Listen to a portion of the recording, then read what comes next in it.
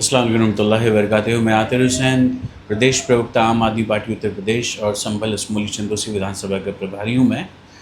हमने कुछ दिन पहले ये सोशल मीडिया पे कहा था कि जो संभल की चिकित्सीय व्यवस्था है, जो अस्पताल हैं, सरकारी अस्पताल हैं, उनकी जो ख़राब दिशा है उसको जल्द से जल्द सुधारा जाए, अन्यथा हम लोग आंदोलन करेंगे। इस संबंध में मैंने पार्टी के सीनियर लीडर्स को जो है सूचित कर दिया है, जो भी हमारे क्षेत्र से संबंधित है।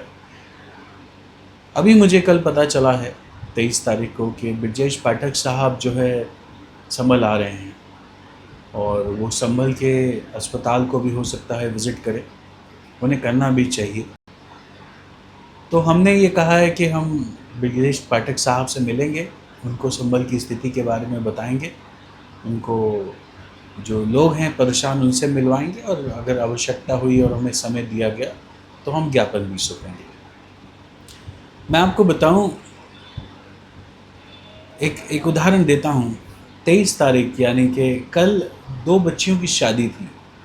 मेरे जानने वाला परिवार है ये, और जो लड़कियों के भाई हैं वो मेरे जो है बहुत परिचित हैं। तो शादी से कुछ दिन पहले उनका मेरे पास फ़ोन आया, तो मैंने सोचा कि हो सकता है कि शादी के लिए रिमाइंडर दे रहे हों। लेकिन उन्होंने जो कहा वो सुन के मेरे पैरों तले ज़मीन खिसक गई। उन्होंने मुझसे कहा कि आतिर भाई, पापा की तबीयत बहुत ख़राब है, वो सीरियस हैं और अस्पताल में, किसी प्राइवेट अस्पताल में संभल में एडमिट हैं रात से, और सुबह होते होते डॉक्टर ने कहा कि इनको हम मुरादाबाद रेफ़र कर रहे हैं। वो बहुत परेशान थे। एक तो शादी की 2-3 दिन में शादी थी, 2 बच्चियों की शादी थी। उन्होंने जैसे तैसे पैसे का इंतज़ाम किया, अस्पताल का बिल भरा, उसके बाद एम्बुलेंस का इंतज़ाम किया और वो उनको मुरादाबाद ले गए। मुरादाबाद भी वो किसी प्राइवेट अस्पताल में ही पहुंच पाए। उन्होंने भी उनको आगे रेफ़र कर दिया, कहा वेंटिलेटर की ज़रूरत हो सकता है पेशेंट को पड़े, उनके पास वो सुविधाएं उस वक्त जो है खाली नहीं थी। तो वो किसी प्राइवेट अस्पताल में पहुँचे। शाम होते होते उनका बिल इतना बढ़ गया कि परिवार ने निर्णय लिया कि अब इन्हें कहीं और ले जाना पड़ेगा, क्योंकि उनके पास अस्पताल के बिल भरने के पैसे भी नहीं बचे थे।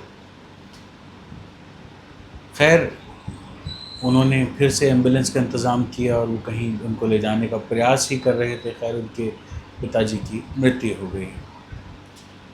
मेरा कहना सिर्फ इतना है कि अगर संभल के सरकारी अस्पताल इस लायक होते तो उनको मुरादाबाद रेफ़र नहीं किया जाता।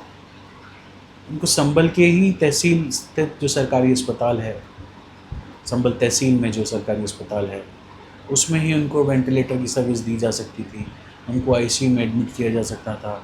यहाँ अगर कार्डियोलॉजी का प्रॉपर डिपार्टमेंट होता, ऑन्कोलॉजी का डिपार्टमेंट होता और यहाँ पर जो है न्यूरोलॉजी का डिपार्टमेंट होता, तो न जाने कितने ऐसे पेशेंट होते जिनकी जान संभल में रह के बचाई जा सकती।